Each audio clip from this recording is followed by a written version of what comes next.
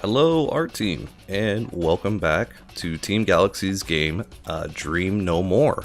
I believe that is our working title. So, I just want to go through and kind of explain some of the progress that we've made in the art department and kind of what we're looking at moving forward as well. So, as you can see, the main art menu, the main UI, we definitely wanted to do something more theme related with the whole kind of dark, twisted fairy tale sort of thing. Our art team member is making some really cool stuff regards to this menu, so that's going to be really awesome. Probably get it integrated sometime next week. Here is the... Let's go ahead and lower the music so I'm not trying to blast my voice over all of this, but yeah, so all the little interactable menus and stuff like that be really great. Kind of have something with a little bit more flavor. This is obviously just a placeholder menu, and it kind of trickles into all of our other UI elements as well. We have progressed them a little bit as we see in the playthrough. Just small things like the UI now changes, the images change depending on what weapon you're holding. And just some small changes around that. The main push that we've made in regards to art this week is centered around the enemies. So we've been creating enemies specifically related to kind of that dark fantasy fairy tale theme. So we have gnomes, evil gingerbread men, pumpkins, demonic bunnies and stuff like that. So as we go through the playthrough, you'll definitely see some of those in action. So this is a tutorial kind of just letting the player know about the mechanics and how to play the game and what you can do as you're playing.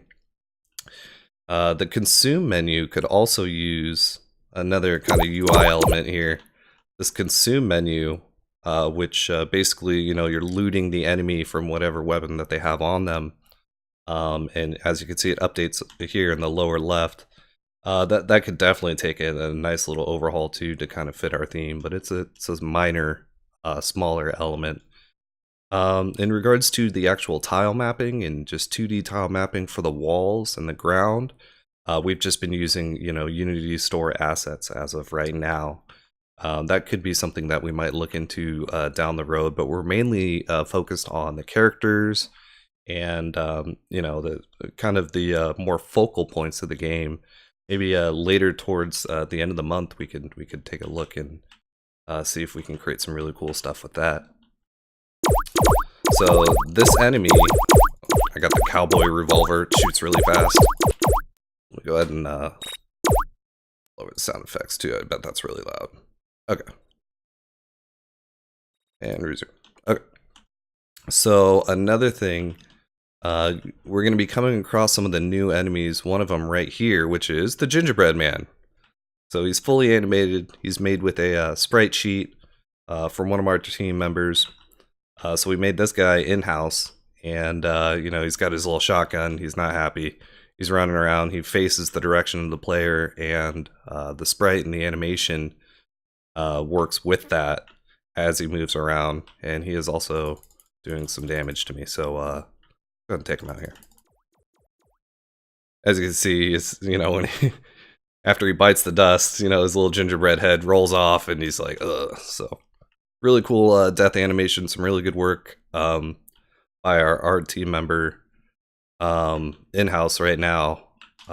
We just had one of the long-standing team members just start cranking out some art, and he made some really cool stuff in regards to the enemies. This one's from the asset package, so we're kind of looking to transition away from this and give them all of these down the road. So that's definitely a piece of art progression that we're really proud of and we really enjoy.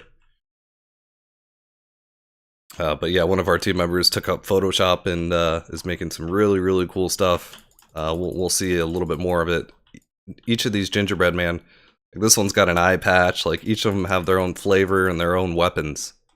So they're all a little unique too, so they're kind of the shotgun enemy, so to speak, for the game. So let's use some heavy and take these guys out. Okay.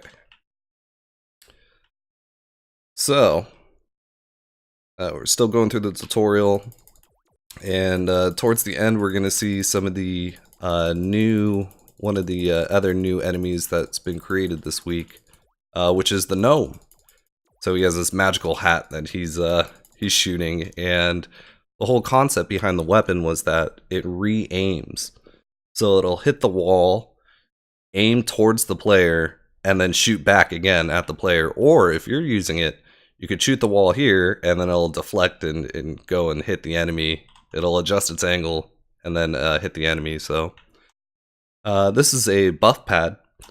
So this will increase the player's damage while they're standing on it. Of course, there's a depletion rate, so try to get as much damage done before it goes away. But that's definitely something that could definitely take a nice little art overhaul as well. Maybe like a little, kind of like a sparkly, like fairy dust or pixie dust area that the player stands in, and it enhances their damage. These are tables too that can be flipped and used for cover. Maybe a little bit more character on those would be great as well. Let's try a harder challenge. So we're going to come into the gnome here. Let's see. So there is that gingerbread man with a crown on his head is the advanced gingerbread man, and he has a powerful proton sprayer, and this gun bounces off of walls, extremely powerful. And there's the gnome as well. As you can see, his death animation, his hat falls onto him, and he's done for. So he has a smart pistol, so this is the mechanic I was talking about, where the bullet hits the wall, and then we'll re-aim. If there's any enemies in the area, we'll re-aim and then start to move towards them. I'll carry this one with me for the remainder of the playthrough. But we were also thinking about having the weapons also being held by the player in their hands, so you can see which visible weapon. And right now we do have like a standard issue, modern weaponry sort of theme to our weapons, but the smart pistol we want to be the gnome hat, right? That shoots these gnome hats and can deflect them back at the enemy. So kind of just transitioning away from our standard asset art and moving more towards this unique custom feel for our game. So let's go into this level. I think we've seen, there's also the pumpkin.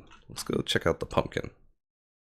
Oh, actually the pumpkin was used using the Unity asset store. No, we actually pulled it from another game. So again, it's another temporary kind of placeholder, but let's go check it out.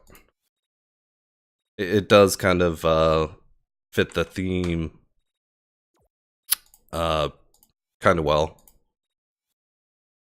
But we'll probably be replacing that with our own custom-made pumpkin down the road. We did have the evil bunnies. These evil bunnies that will run towards you, and they split into multiple bunnies, and kind of the blob feature, if anyone's familiar with top-down shooters. And that's what's been kind of used so far. We made that one too, and that one is very cool. We took it out for a couple design reasons, but that is something we definitely want to bring back, and we'll be bringing back for the next build. Another gingerbread man. I'm really proud of our team member who just he took up Photoshop and he made some really cool characters. I think he has a flower in the works as well. It kind of sprays out some attacks, so he also has some very cool stuff underway. In addition to our art team member who has the main character in the works, the princess, and a couple other elements as well. So I think we're going to be seeing an art boom next week, and just continuing, kind of this cool artwork like the gingerbread man and the gnome that you see here. So that'll be really, really cool to see. There's the pumpkin that we brought in. So it's definitely got this twisted fantasy fairy tale land. See that it re-aims right there, and then the bullets will come back at the player. Could also include some art integration with the hats as well. But we've reached about 10 minutes, so I'll go ahead and wrap it up. But that is our progress for this week. Ouch. That hurts. Alright, thanks for watching.